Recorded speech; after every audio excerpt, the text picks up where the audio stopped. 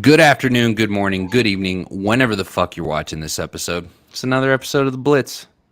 Mr. and Mr. Consistent. We out here. Look, we had uh, a great Super Bowl.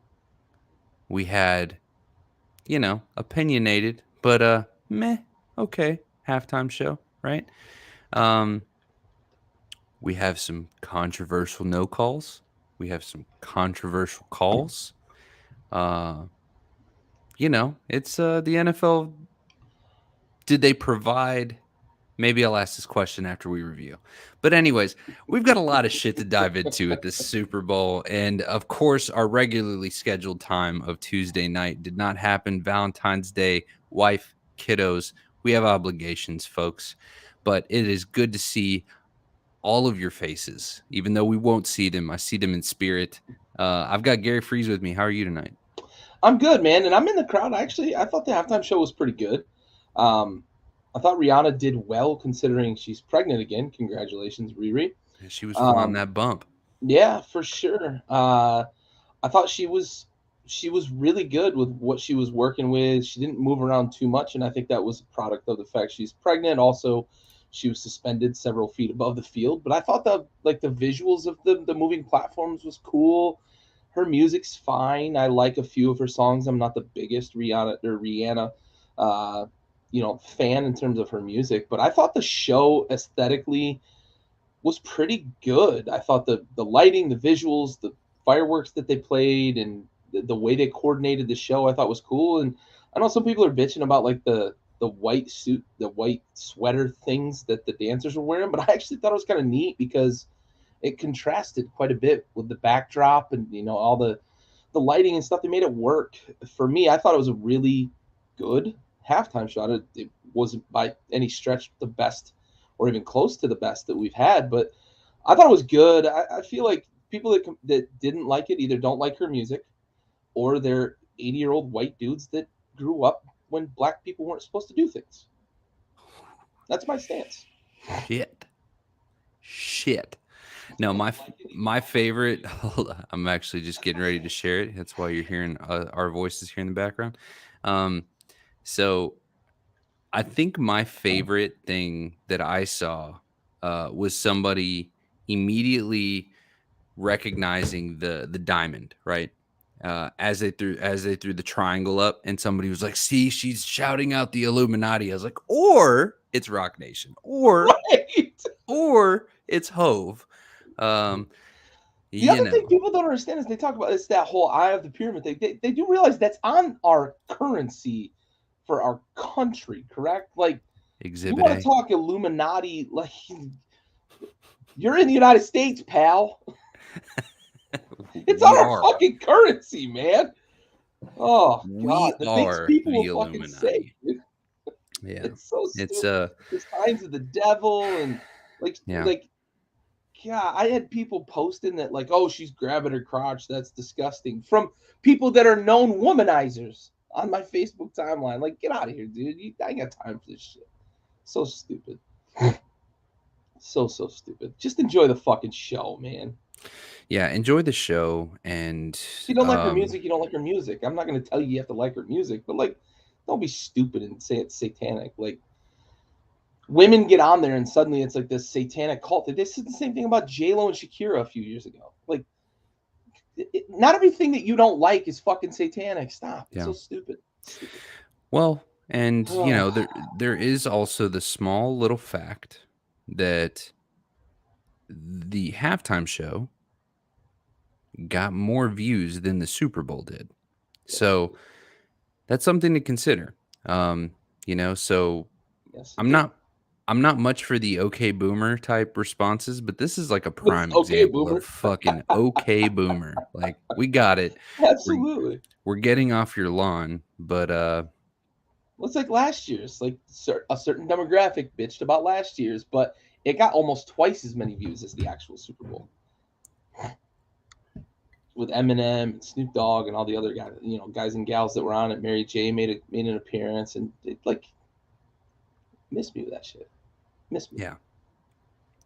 Yeah, I mean, Anyway, I do kind of wish that there were more features. I wish that there were some more people there, just because, again, like, it's, it's Rihanna, she's legendary, whatever. But, like, I wanted a little bit more entertainment. Like, look, she's limited in her mobility. She was doing her thing, flaunting the bump. Good for her. Slay queen. Yes, all the above, all the basic responses that we need to provide here. But yeah, I want a little bit more pizzazz. Look, the backup Sure, dancers did sure. their thing. I also saw a comparison of a clan meeting, where the Grand Wizard's in red and everyone else is in white, and then I saw a response where somebody said, hold on. They said, if she was white, this is the way it would be portrayed. The guys of the media, and, like, yeah, you're probably right, but Yeah, coulda, woulda, shoulda. Um, yeah, anyways, sure. I on don't. to on to the fucking game. I don't think the NFL's out here like organizing clan meetings. Yeah, Maybe not publicly, anyway. I just don't think that the NFL is the place you want to do that. Like NASCAR, a little easier to get away with. Um, Maybe, maybe. maybe there's a couple folks in there that may have something to say about that. Yeah. Um, Yeah. so, anyways, I guess we need to get into the game. The first half of the game was, for me and probably for you, who having chosen the Chiefs, little stressful, but the Kansas City Chiefs are the Super Bowl champions this year. Pat Mahomes, regular season MVP, Super Bowl MVP. First since 1999 to do so, and I believe he's the first ever to win both MVPs, lead the league in touchdowns, and lead the league in yards. I mean, generational talents, prolific, all the above. We've seen the memes, we've seen the jokes all year round, but, like, the NFL really is in good hands. I mean, look at Josh Allen, look at Justin Herbert, look at, Joe Burrow, Pat Mahomes. I mean, we are in some good. I mean, and also Sunshine's looking good, right? Like, he's probably going to be due for a solid season next year. Justin Fields, I want to see him go. I want to see him do well, because we know he's capable of it, right? And Doesn't it so, feel like we're in like this golden age of quarterback play? man, it's Isn't great, this what dude. the NFL's been trying to do for like 3 decades now? Like promoting the passing game, protecting quarterbacks, protecting wide receivers. Like, isn't this what the NFL has been trying to do for So, maybe 2 decades? They've been trying really hard to get to this point where we have this many good quarterbacks in the NFL that can really move the needle. yeah. Well, maybe we need to kind of dissect this idea a little bit more. But, like, we're talking about 32 NFL teams, and we've got, I think I just named 6, like, right off the top of my head, I that think we're were. close to a dozen that are like real good quarterbacks. I Well, don't know that's that what I I was could name 12 right off the top of my I head. feel like I could confidently say 8, and so 8 at least. and getting to 8 gets us to 25%. That means one out of Exactly. every 4 teams has an Has a amazing quarterback. Yeah, absolutely. I mean, Absolutely. come on, that's incredible. Yeah. Now we just got to make sure that there's one in every division. Let's make it equal. Let's try that. No, we need garbage can divisions to continue to keep things interesting. I guess the upset factor, Yeah. but anyways, Kansas City Chiefs are the win. The first half, I mean, obviously, if you saw Gary's rants, Gary's commenting, you saw that. I mean, fucking ball game, right? We see some things where there's not really a whole lot of consistency from the Kansas City offense. And Jalen looked poised a majority of this game. The offense was running well. Passing game was looking good. The offensive line was doing a good job of protecting Jalen, and Jalen was using conservative efforts to scramble out of the pocket when he needed to and go and get those easy yards. Not put himself in a lot of risky positions, but watching Pat Mahomes, take his shot where he's starting to limp. I mean, we talked about it on the chat going into that locker room at the halftime. You're just thinking, like, dude, this guy, you have to shoot every fucking vial of Toradol you have on site. Empty the stores. Oh, dude. Like, at this point, they're getting the IV bag and it's just upside down like this, just going direct connect into this ankle. This man probably doesn't realize he has an ankle, and it's been 3 days, you know? So Yeah, he wasn't drunk at the after party or at the parade. He was just still on Toradol. Ah, shit. Definitely. Anyways. Anyways. Yeah. So I guess we can go in by half, but like, obviously some concerns going into the half here for the Chiefs for our pick, that this is the way it's going to turn out. I feel like they try to do a good job of keeping things competitive. They started out really, not having the Philadelphia Eagles started out not having an answer for Travis Kelsey. And then quickly we saw someone else shine in the second half, which we'll get into a little bit later. But Gary, what were your takeaways from the first half? Yeah, it was a weird kind of first half. First two drives, both teams go right up and down the field. Looks like, this thing could be a fucking track race. But Chiefs go ahead and they get the ball and they get down and they miss a field goal, and then suddenly the Eagles go down and get a touchdown, and it's the Eagles start to separate a little bit. Um, it was sort of a first half of weird circumstance too. There were a lot of missed calls against the Eagles that benefited the Eagles in the first half, and I kept I posted on Facebook a couple of times like, hey, sorry Chiefs fan, like your number didn't come up this week, and it's odd that the last play of the last consequential play of the game happens to be a kind of bogus call. We'll talk about that in a little bit. I don't want to get too far ahead of myself, but and then you see Mahomes go down, and they're down 10, right? And he goes down on kind of a just an inconsequential play. It's 3rd and 15. He's not going to get that first down, so he needs to just protect himself. And he goes and it's sort of a everyday tackle, but his ankle's already fucked, right? So just any little jostling, because he didn't really twist it when he got tackled there, but it already was hurt, and any little jostling, like I've had several ankle problems in my life, and anytime you injure one, it doesn't take much to really just debilitate you. You get bumped a little, you get stepped on, you step on something, and you're right back to fuck, dude, I can't even walk. And it looked like he was not good. I legit didn't think he was going to be able to come out and play worth half a shit in the second half. And you look at how that first half ended, it looked like the Eagles were going to disappear because they're up 10 going into the half, and there had never been a 10-point lead at half in the Super Bowl that the team didn't end up winning, with one exception, and that was the crazy ending, the Falcons Patriots. That was the only time in history that you'd had a team with a 10-point lead at half blow it, and you're looking at a quarterback that's hobbled, obviously the regular season MVP, and kind of the face of the league right now. He's hobbled. So the Eagles defense looked like they were going to be okay. The Eagles offense is really, in my opinion, what looked the best going into the half.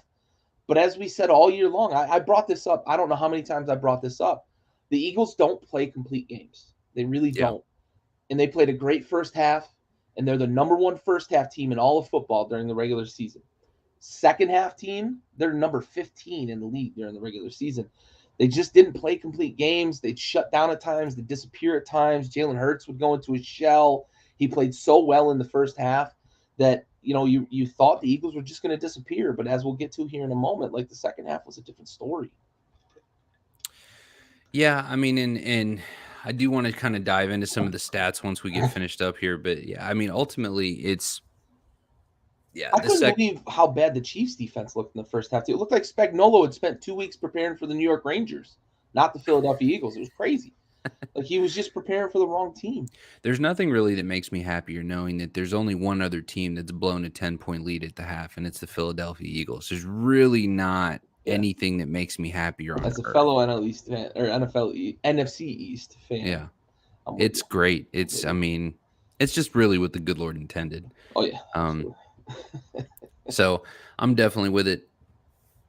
So let's get into the second half. So the second half, we see we're skeptical, we're concerned, we're highly anticipating watching Pat get behind center to do his thing, and then all of a sudden, we just see we see. I mean, I see him run out. He seems okay. Not really anything of concern, and then just things start jiving. Right? It becomes the The Chiefs narcotics came kick alive in the in. second half, and this was just the absolutely wrong fucking time for the Philadelphia Eagles to check out, right? And the defense just could not provide answers. And as soon as they started to kind of figure out how to shut down Kelsey, all of a sudden, boom, here comes Juju Smith-Schuster. Critical plays, making the catch, getting things going. You know, we saw a pretty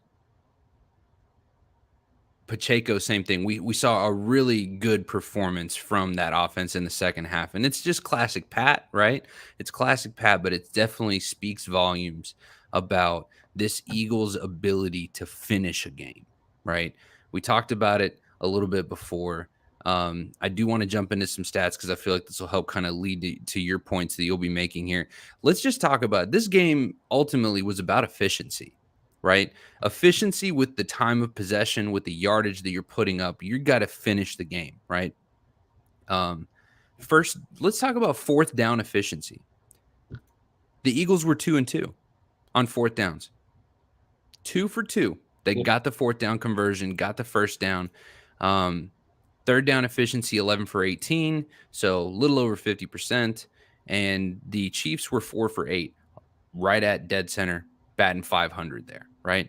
So total plays, 72 for the Eagles, 53 for the Chiefs. Total yards, 417 for the Eagles, 340 yards for the Chiefs.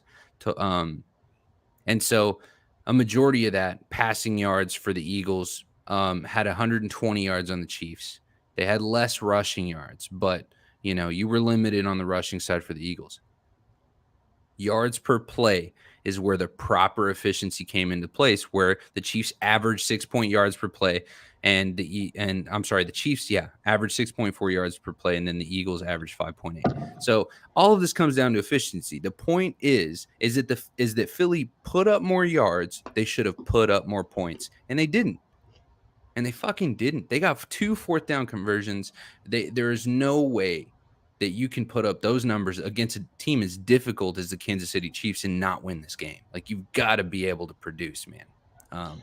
So disappointing loss there, and we can get into the conditionals of the final call, and I do want to get into that after you've had a moment to weigh in. But this is just really big kind of egg in the face for Eagles fans everywhere, but also for the NFC, just because we're looking at, we've been saying this shit all year. The best three teams in the NFL reside in the AFC.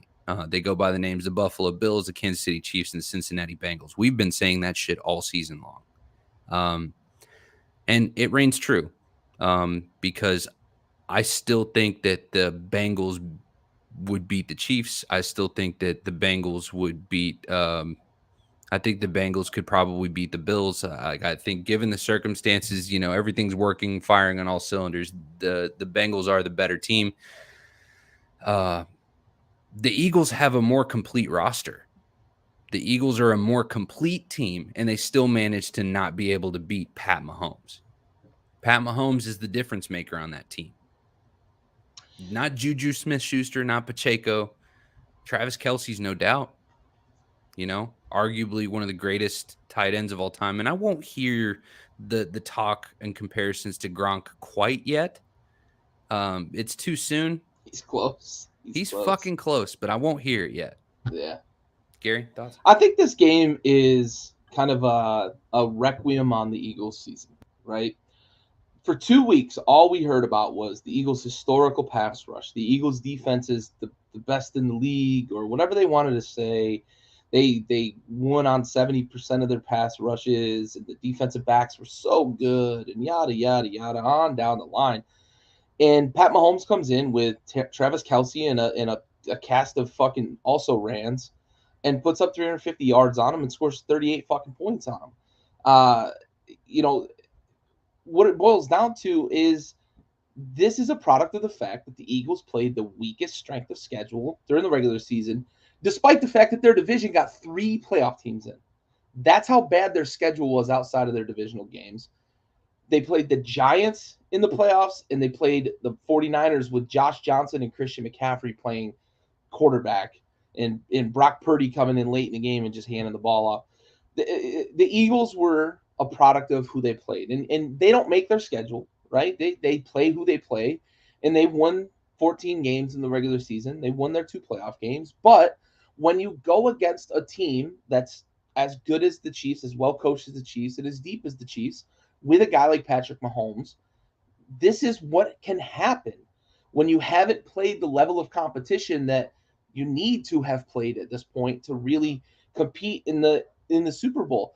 And you go back to the game that they lost against Washington, and Washington ran the ball, they got after Hurts, they kept him in the pocket, and the Eagles were neutralized. And now the Chiefs didn't do as well defensively in the first half, but they made adjustments at halftime, and we saw a much better Chiefs team in the second half. They had better rush discipline. I bitched about it the whole first half. Frank Clark, Chris Jones, Willie Gay, they were all rushing past Jalen Hurts, being selfish, and he was escaping out of the pocket, as you already mentioned. He was efficient with his runs when he ran, and he was converting first downs in crucial situations, which led to a play disparity. You mentioned they ran 20 more for the game. They ran like 30 more in the first half. It was insane the time of possession that they had in the first half. But it comes Yeah, down to on it was 3rd and dominant. 7, 3rd and 15, you're losing Jalen Hurts. You're losing guys on the back end. That touchdown to A.J. Brown should have been picked off, right? And then he throws it later in the game, and it ends up getting knocked down and almost picked off again. You can't do those things. In fact, he might even have picked it off. I can't remember if that ended up getting overturned or whatever. But twice he made that throw. One time it should have been picked off, resulted in a touchdown. He's pretty fortunate there. And the other time it either got knocked out or picked, and I'm losing memory of the play. But the Goddard throw that he made, everybody was fucking praising that. The DB just kind of fucking fell on himself and couldn't jump up to knock the ball down. Like, these are plays that are crucial in this game that the Chiefs just kind of let get away from them in the first half. But then you go to the second half, and they weren't rushing past Hurts anymore. They weren't letting guys loose on the back end. And you saw what happened. They were making plays against him. They ended up with a fumble return for a touchdown. You just can't do that against rushing quarterbacks. And I couldn't believe it in the first, because Spags knows better. But I don't know if the players just kind of got selfish or what, but they fixed it at halftime. It looked almost anxious, man. It could have Like, been something. I don't know. I just feel like, again, yeah, you can't do things like that with Jalen Hurts. He is entirely too agile, and I mean, without getting into this, look, I want to get into these blown calls because I want to make sure that we have enough time to adjust to address this as well as everything else we have on the shows. We're going to try to keep it under an hour. Well, I have one last point. Oh, So this go ahead. Sorry. historic pass rush that the Eagles were touting before it came into the game, Mm-hmm. Where was it? 0 sacks. 0 sacks. Goose egg. So I've said it all year long. That Pass rush schedule, on a fucking milk carton. all that. Like, Brandon Graham's a fine player. Hassan Reddick's a fine player. They aren't historical pass rushers. Product of who they played, product of being in front, product of playing from, playing with the lead, that sort of thing, and playing really bad fucking teams. Yeah. 0 sacks in the Super Bowl. I want to reintroduce the question that we asked, and I think I asked in the beginning of the season: is there a such thing as a true lockdown corner anymore? Because I think Hassan Reddick was one of the only people that was in that conversation. Darius Slay, Hassan Reddick. Darius Slay, I'm sorry, excuse me. Darius Slay, Darius he's Slay in the was one of the conversation.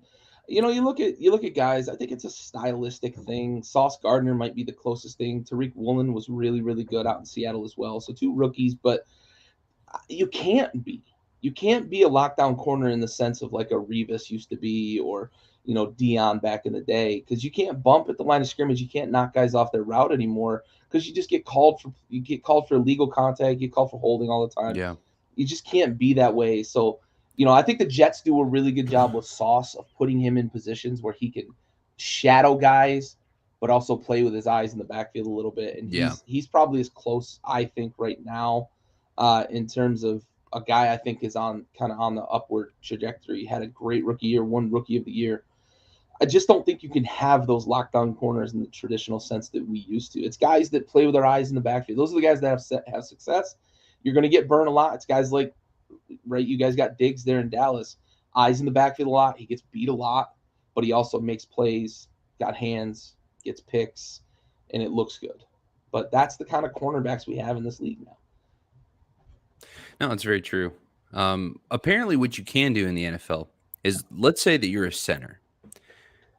Let's say that you hike the ball, you run 10 yards downfield illegally, and then you drop your shoulder pad into a corner's helmet.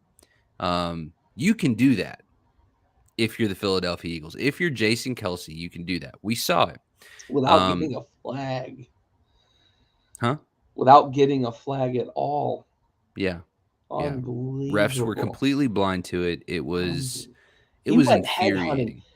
The cornerback's lucky he ducked his head and only got shoulder pad, because Kelsey was coming head down, head hunting. Downward trajectory. That was going to be a knockout blow if that cornerback didn't move his head. And it still almost was a knockout blow. And I cannot believe that they missed both of those calls. He's 10 yards downfield. He's at the point of the dropped ball. The receiver drops the ball, and it almost hits Jason Kelsey in the foot. Oh, God, how do you miss that? And then he goes head hunting. He should have been ejected, right? And this is the call I keep pushing Eagles fans back to, right? Because they're like, oh, my God, I can't believe this. Let's talk about the fact that your all-pro center should have been sitting out for 2.5 quarters. Karma. Seriously. 2.5 quarters, he should have been fucking watching from the locker room. So then the next thing that chaps my ass is as we're getting into the officiating here, is the lack thereof. These guys, for the most part, they're letting them play. They're letting them play, which I am much more in favor of. Let them fucking play. Targeting, however, not with that. We have to call the targeting. You have to. Like, if you really do have an interest in player safety, you have to call the targeting. The safety ones have to get called. 100%. Plenty of misholds. Saw a couple PIs that probably could have been called. Definitely more egregious than what we saw in the defensive holding at the end of the game. And then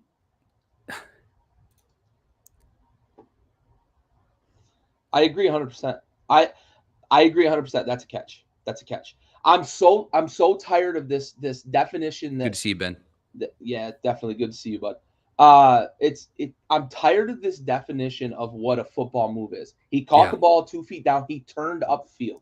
Just because he didn't get a third step in doesn't mean he didn't make a move common to the game. Right. We've got to stop talking about it as a third step is a football move. That's not a football move. There are a lot of things common to the game. That's a fumble, and Nick Bolton should have won MVP because he would have had 2 fumble returns for touchdowns. That would have been sweet. I think that was another one. He got hugged. Yeah. Obviously, Chiefs fan Ben Martin is weighing in here. Well, that actually brings up a good point, and you're going to bring up the last thing. But Juju did something after this one, the 3rd and 8, that he didn't do after the last play because he didn't get held on the last play. He went nuts after this one, bitching at the refs. He didn't go nuts after the one that went over his head in the end zone because he knew he didn't get held. So I was actually going to bring up the Goddard catch. The Goddard catch was a catch. I've conceded that. It was very close. It was toes. I mean, it was fucking toenails. But he was in. He reestablished the control. It was literally that last cleat on the foot. yeah, man. I mean, it was just blades of that shitty grass attached to the front. Man, the amount of time they got spent on that turf just to see the absolute shit show that ensued with it. How do you end up with an experimental grass for the fucking Super Bowl? Oh. Yeah, you know what? The experimental grass, save it for the fucking preseason, bud. Yeah. You know? Send that shit to the XFL or the USFL. Send that shit that way, bud. We ain't got it here. Send it to the fucking Browns. It really was. Send it to the fucking send it to the NHL playoffs. That's going to be better suited for those boys than it's going to be for our folks in the NFL. It just was unacceptable. Like, that is not, there's time and place, there's tact, there's everything that you need to be applying, and that wasn't it. So bad. That wasn't it. So the final play of the game, like I was building up to saying all of this, the referee, the officiating was absent for a majority of the game. And I feel like it should be. We need to let these guys play the game. Egregious things, sure, but you need to keep it even, right? And then at arguably the most critical point in the game, you call a holding. And look, the we heard the commentators. They said, I don't know. I wouldn't have called it. You see at the end of the game that Bradbury or whoever it was admitting that it was a hold in his post-game interview. Look, there was probably 30 plays where something like that happened that were not called. And then you wait until it's inside 2-minute drill. You are, red zone. You just Here's the kind of, thing that makes you're it not worse to placing me. an asterisk on the win. I want to be clear to all of the Philly fans. You're not placing an asterisk on the win. However, the officials just continue to tarnish what is already an amazing game. And it's fucking disappointing, man. We need full time refs. We need ref accountability. We've said this shit on the show a million times. It's getting old, man. It's getting old. Yeah. It's not the appropriate time for them to get involved. And Say that to the absolutely, Astros. Ben, absolutely. Like you just never like nobody's saying they need to give the win back. Nobody's Yeah. saying they need No, of course replay and not. anything like that. Like nobody's trying, but yeah, and that's the other thing, Justin. You're Justin, absolutely right, dude. Like absolutely. They had a whole half to win that fucking they had a game. 10-point lead going into the third They quarter. put up So 11 points in the second half. They put up 17 in the second quarter alone. yeah. Like, That was there their is no exact excuse. average for the year, by the way. We 10.8 is their average for the year in the second half, which was 15th best in the NFL. So they were consistently not a very good team in the second halves of games. So Well, they're on par for being a fucking number 15 dead center in the middle of the NFL exactly. So and scoring but offenses. my biggest holdup is exactly what you just brought up, right? We went the whole game saying, "Wow, there's missed calls, there's missed calls, there's missed calls," and like I can kind of reconcile it with the fact that like we're just not getting a bunch of flags. I'm okay with it. Let the game flow. Nothing super egregious with a Rather couple of exceptions that I under-involved than thought over-involved. 100%, right? If you're just going to let it go, but let it go for the whole game. And for that to be so ticky-tack, and my biggest hang-up is the refs know the situation. The refs know that if Kansas City gets a first down, they can essentially run the clock out, right? Yeah. Because the penalty stopped the clock, they weren't able to fully run the clock out. But if they had converted with the play and just converted a touchdown or a first down, they could have just run the clock out. Right. Instead, they get the holding call, gets them a first down, and Philly ends up with like 11 seconds, I believe, at the end of the game.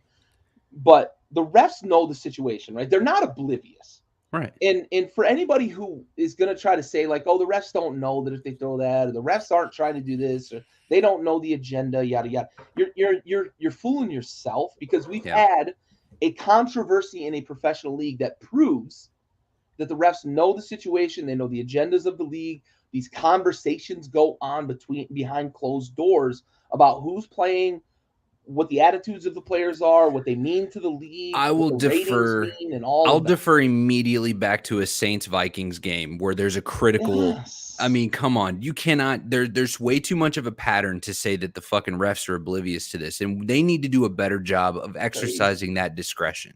Like, if anything, dude. be more fucking lenient in the end of the game, or don't be lenient at all. It's one or the other. You got to be consistent all the way through, man. Period. Right. Period. So I as good as this game was, because it was a really good game, it was really entertaining, a lot of offense, as Ben said, right? Offense moves the needle. I didn't like that it came down to that. Now, whether or not Philly was going to go down and score, I don't know. Doubt it. But they should have had their chance. Agreed. Right. And as Justin said, they had chances to win this game that they couldn't. They could have avoided being in this situation, 100%. Justin, also Cowboys fan. Of course he's going to say this. Love you, brother. The facts are the facts, right? That it was a bad call. And I didn't even see enough that I thought Bradbury should come out and say, yeah, I tugged on his jersey. Like, there wasn't enough there. Kudos to him for owning it. But in that situation, like, you can't make that fucking call. That's barely, dude. You can't make that call in that situation. Yeah. Well, look, I mean, the other idea that I was going to pitch out, and we can move on, was just the idea of, like, if we're going to introduce any kind of level of scrutiny that's going to allow calls like these to happen on an otherwise lenient officiating game, it's got to be officially It's got to be official, and it's got to be inside the 2-minute drill. So inside of the 2-minute warning, that's going to be like, hey, we're going to watch you like a fucking hawk. You better play clean. Right. And that at least sets the tone for Sure. that 2-minute drill where, hey, we're going to watch you. And then Bradbury owning up to it is like, okay, you know what? You fucking lost the game. Right. If we see Joseph Osai go fucking take Pat Mahomes out in the end zone, it's like, obviously we got to call it. Right. So all of that makes sense. But there's got to be an established kind of like, okay, now we are going to escalate. But they will never do that, because all of that says is that we're going to, increase or decrease our level of attention or play or penalty calling, which is, again, let's stop trying to remove the taboo or try to keep the wool over all of our eyes that this is acceptable the way it is, because it's not. Period. Yeah, it's really not. They need full-time accountability. It's someday we'll get there, I think, but right now it's not good. And for Roger Goodell to come out and try to say, "Oh, I don't think officiating's ever been better," like, dude, I don't know what game you're watching. It's Listen, bad. just Roger Goodell needs to fucking start a shotgun. Deep throat a chainsaw. I mean, whatever else needs to finish that man off. Yeah. So at least take his fucking private jet away for personal use. Anyways, onwards and upwards. Ben,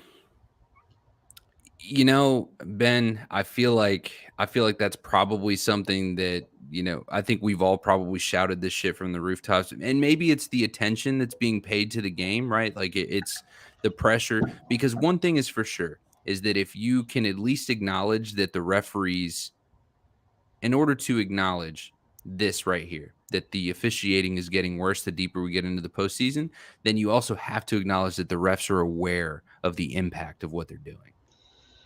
I think, honestly, I disagree with this. I just think it's more impactful, though. You just mentioned the impact, right? I just think it's more impactful when we talk about it more, because I can tell you, like, as a fan of a team who gets jobbed quite a bit by officiating, it's not any worse in the Super Bowl than it is a lot of times in the regular season. I just think officiating's bad. There's no accountability. There's part-time. This is a side gig for them. I just can't do like that. Exactly. Like, that's stupid. But honestly, if that happens in like week 4, it's probably a side note, right? So Because that's it's what I less mean by impactful. Yeah. that's what I mean by I just think we pay attention more. There's more eyeballs on the games, Yeah. and it's more impactful the deeper we get in the playoffs. Obviously, with the Super Bowl on the line, it's a big fucking deal. And for something like that to happen, it's going to feel super egregious. But that call in It's that biased situation because it's in the happens all the postseason. time in the regular season. Right. It's biased because it's in the postseason or in the conference championships or anything like that. I mean, I agree with that. I think that that's 100% fair. Brent and his goddamn fucking pulpy orange juice. I can't do it. But he's right. Like, the ending is just it was just such a disappointment. It really was. It really was. It really was. Let's move on to some cat facts. What do you say? Yes, sir.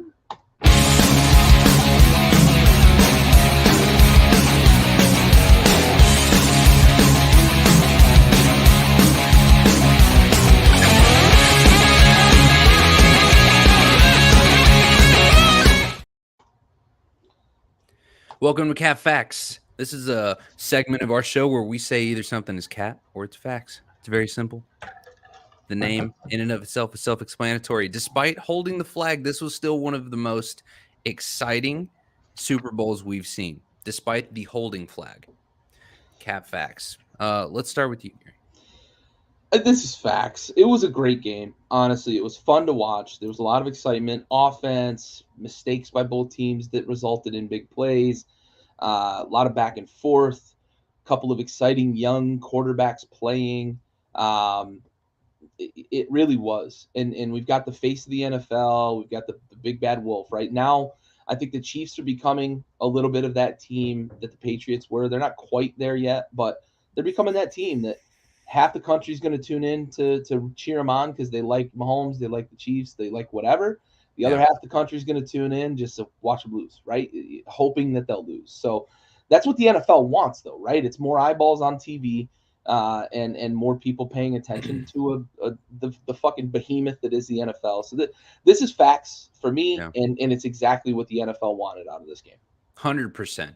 And this is also facts for me, and it's for very simple reasons. Brett, Justin, stand up with me here. It's because it's always a fucking good day when the Eagles lose the goddamn Super Bowl. There is nothing better on earth than watching the Philadelphia Eagles fucking come up short, bud. I was talking about it earlier before you guys joined on, so I'm just going to reiterate there is only 2 teams that have been up by 10 at the half and gone on to lose. The Eagles are now one of those fucking teams, and I really enjoy the shit out of that as a Cowboys fan. I'm sure Gary does too a little bit as a Washington Commanders fan. So there's nothing better than that. Yeah. Pat pitched a perfect second half, but I'm going to tell you right now, that offensive scheme in the second half was unbelievable. That's big brain Andy Reid right there.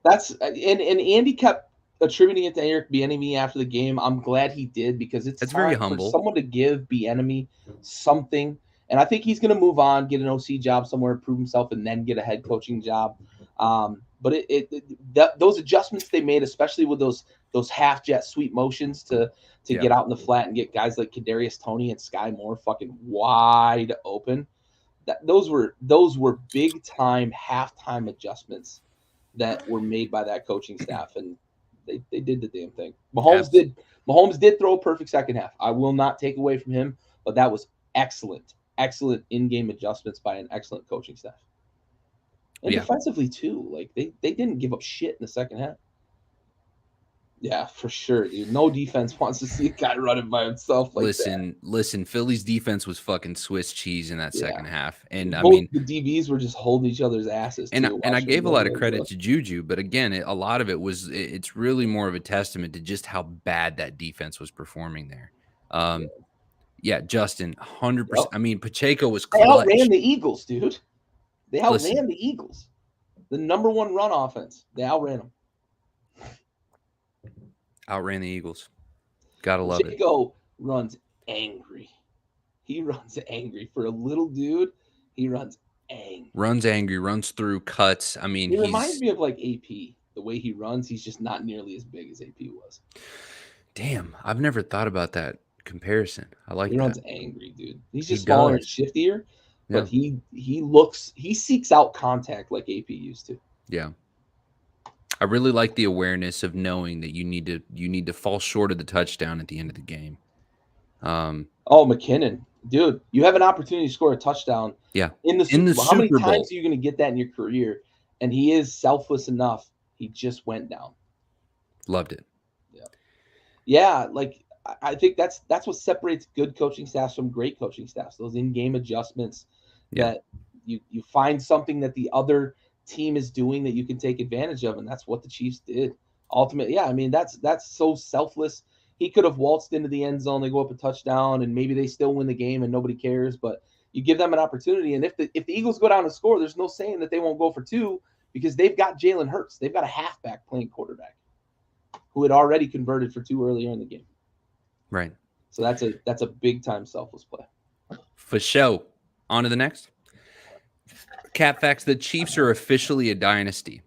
Listen, I do speak of dynasties in 3s, so I don't believe this for me is cap. We're not there yet, but we're fucking close. Okay, you made the comparison to the Patriots earlier, and I love that, because think about it. It's talking about a legendary quarterback, a legendary tight end, and everyone else just kind of filling in and supporting those roles around it. I mean, what we're seeing is very similar molding to Bill Belichick's Patriots. Ben, listen, you're entitled to be wrong, bud. You're entitled to be wrong. They're not a dynasty yet. But give me another ring, okay? Look, the man's got a fucking $500 million 10-year contract. He can get another ring. He will get another ring. I would venture to guess that he's going to be 3 rings, 6 years. So he's got a couple years to figure that out. But I promise you this, Joe Burrow is going to be a fucking Super Bowl champion in the next couple of years. Guaranteed. Yeah, it's tough because the AFC is so good right now. But, I mean, winning this one's a big deal. and this gets them so close, in my opinion. There are, a couple of losses in the conference championship games that they've had at home. Those are a big deal. The Patriots didn't lose at home during their dynasty run. I just think, yeah, Justin, that's right. And they've had it at home, I think 4 out of those 5 times, and they've lost a couple of them at home. You can't do that and be a dynasty, in my opinion. I think they're just that close. No, it wasn't, Ben. No, it wasn't. It's not a rebuilding year when you have Pat Mahomes and Travis Kelce. You can say that they drafted rookies, yada yada yada, but you're not rebuilding when you have Mahomes. No, I mean you're reloading the wide receiver position for Tyreek Hill. Like let's not get twisted with this whole supporting cast, yada yada, rebuilding thing. You're not rebuilding when you sign Chris Jones to a fucking $7 trillion contract. You're not rebuilding when you've got an offensive line that you went and traded everybody for. Yes, you had rookies on the outside, but that's because you traded away Tyreek Hill. You guys would have kept him. This was not a rebuilding year. So I disagree with that. I do agree that they did more with less, for sure, but it wasn't a rebuilding year when you've got Mahomes and Kelce and all the other supporting cast. Brady played with, like, you and I, Raul. If we're going to talk about rebuilding years, like, let's talk about some of that stuff. So, like, they're not a dynasty yet. I think they're probably one Lombardi short, maybe one more Super Bowl appearance short. Yeah. But I'm not quite there yet. And maybe the Patriots just set the bar too high. I don't know. Patriots might have set the bar too fucking high. 3's the magic number, man. I'm good with that. I think 3's the magic number for the dynasty. But then again, I attribute it to, I really was 99, 03, 05, 07 Spurs, right? So like watching them hit those first few rings was when I really kind of believed that they were a dynasty, right? We saw the 3-peat with the Bulls the first go around. That was a proper dynasty. I think the 3 is the magic number here. And again, they're close. It's gonna, like, if it wouldn't surprise me if the Chiefs went back to the Super Bowl next year, went back to the AFC Championship next year. There's no doubt, like, they're gonna be a problem. And because they have that young talent, like Ben was talking about, they're going to be a problem. Yeah, what's crazy to think about though is I don't want to reopen a wound for my dad because he's watching here. But sorry, senior. There's like one team in history that I would say probably could be considered at least a moderate dynasty and never won a title. The Bills went to 4 straight Super Bowls, not conference championship games, 4 straight Super Bowls. So that's, maybe they're a conference dynasty. So then we can concede and say that the Chiefs are a conference dynasty. But they're not. They're not, because they've lost conference title games at home. Like, you can't lose at home in the conference title game and just say, oh, yeah, we're still a dynasty. Like, you win a bunch of games, you're not a dynasty. Yeah. So the Bills are kind of borderline because they went to 4 straight Super Bowls, but that's still a tough one. But yeah, somebody check on Ben's blood pressure. It's probably elevated. It's probably spiking. I told him it wasn't rebuilding. It's real spicy. It's real spicy. He's mad at us right now. Sorry, Ben. We're unfiltered here. Cat facts: the Eagles will avoid the Super Bowl runner-up slump. I can't say this and I can't be unbiased here. I'll be honest. I think I'm gonna go with facts here, I'm gonna go with Cap. I mean, Joe Burrow doesn't mind calling it the Arrowhead Invitational. He beat him at home, and he should have beat him at home this year too, without the bogus shit that went on. So we can call it whatever we want, Ben. They're still not a dynasty. It's fine. Yeah, listen, it will be Burrowhead again. Yeah, it'll happen. You won. Look, the Chiefs won the game that fucking counted, right? Like they didn't manage. They won. I'm just giving them a hard time. Yeah. They won the game that counted. Ben, breathe, and do some fucking woosaws, rub your earlobes. Listen, we've got some shit to work out tomorrow at work, Ben. So I need you to not go into a drinking frenzy tonight. Okay, so Cap facts: the Eagles will avoid the Super Bowl runner-up slump. I think that this is Cap. I think that this is Cap. I'm gonna tell you how big of a cap this is. You know those big giant hats that people have been wearing after games? That's how big this is, because this season was a huge fucking anomaly for this team. Worst strength of schedule, worst opponents in the playoffs. Didn't fucking play a complete game in the Super Bowl again. They had Mahomes on the ropes and they let him back in it. Yeah. This is those fucking giant hats that people have been wearing in post game press conferences. There it is. Cap across the board. Yes. What do you got? Anything else? We got two more. A couple quick ones. All right, Cat Facts. Derek Carr will be a Jet next year. Listen, we just fucking asked this question about Aaron Rodgers. Cat Facts. Derek Carr will be a Jet next year. Just recently released officially from the Raiders. I don't know. I think I'm gonna go facts.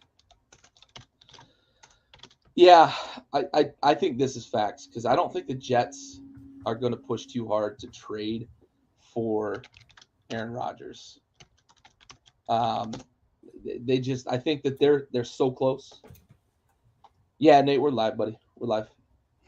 I think they're just so close that they're gonna look and say we could build a little more through the draft, and keep our core together and bring in Derek Carr because he's a free agent now. Yeah, I think that's the right landing place for him.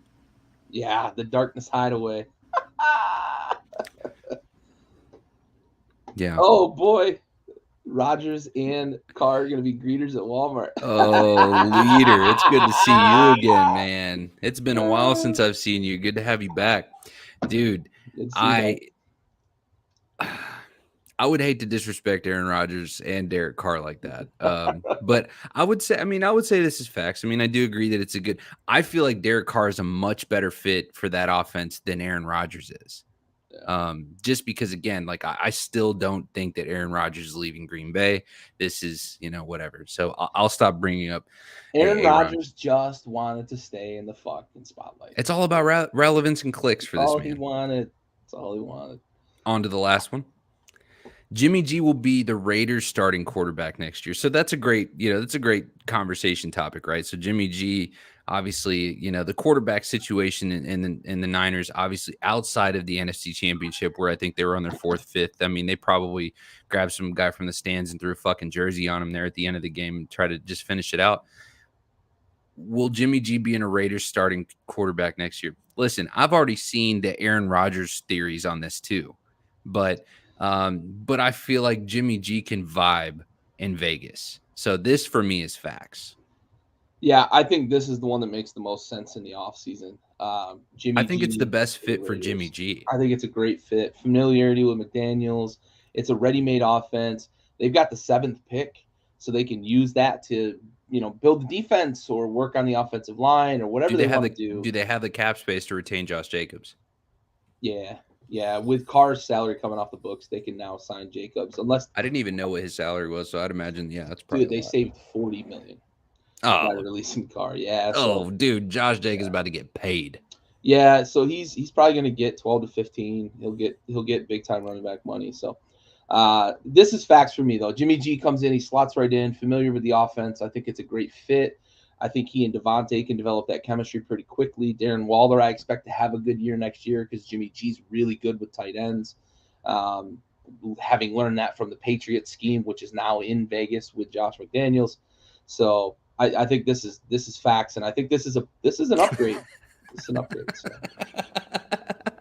Yes. Yes, he gets it. He gets it. Good to have you back, buddy. All right. So for those of you guys that don't know, we're a veteran-owned podcast. Myself and Gary both served in the Navy on the same ship. He was actually my mentor. I was his protege, and we dedicate every episode to a fallen service member in our Folds of Honor sponsored segment called our Salute to Service.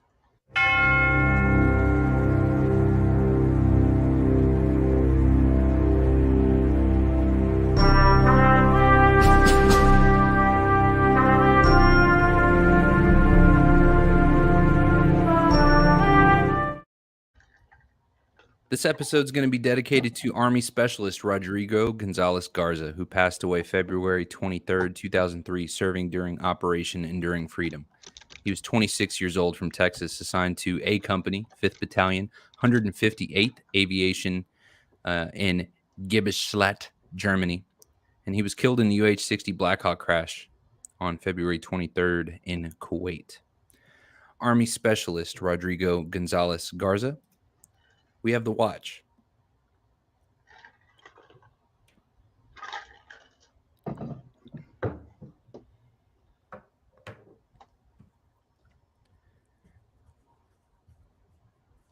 Salute, senior. Well, no, because then it's not going to be fun if there's no banter. Right, exactly. That's right. We'll pretend there's no script. So, quick final thoughts, real quick. I know. Listen, we're on a tight Yeah. timeline this week because we got Rosenbagger starting in 4 minutes. So if you're here for pitchers and catchers reporting, be sure to tune in. Stay online with us. Come back to the channel here in a couple minutes. We're about to get started there. But any closing thoughts, Gary? Good season. Exciting Super Bowl. For Sucks sure. it ended on a call like that. Bitched about refs all season. I don't know when we're gonna fix it. I have to believe they're gonna have full-time refs at some point. But it was a exciting game, and I know Eagles fans, it came up fucking snake eyes for you. Pat's the face of the league, man. Like you've gotta keep him down when you've got an opportunity. As good as he is, and as much as the NFL loves them some Pat Mahomes. So, That's right. but great Super Bowl. I'm excited about the offseason. We're gonna have a lot of quarterback movement this offseason. It sounds like so. I think we're gonna have some fun in terms of free agency, and then of course the draft is gonna be super quarterback heavy. Fantastic season, fantastic Super Bowl, and not just because the Eagles lost. The better team won the Super Bowl. Jerick McKinnon obviously is that last play for me was it. I love the situational awareness there. The game in and of itself was fantastic. Great season. I'm looking forward to seeing what we're gonna do. I can't wait to continue to bitch with you guys next year about how fucking awful these refs are. I look forward to seeing all of you guys. I hate that this is the last one of the season, but we're gonna continue talking a little bit more about what's coming on in this offseason. We were talking about some combine soon, draft soon, free agency is going to be exciting. There's plenty to talk about. Senior, Nate, Robert.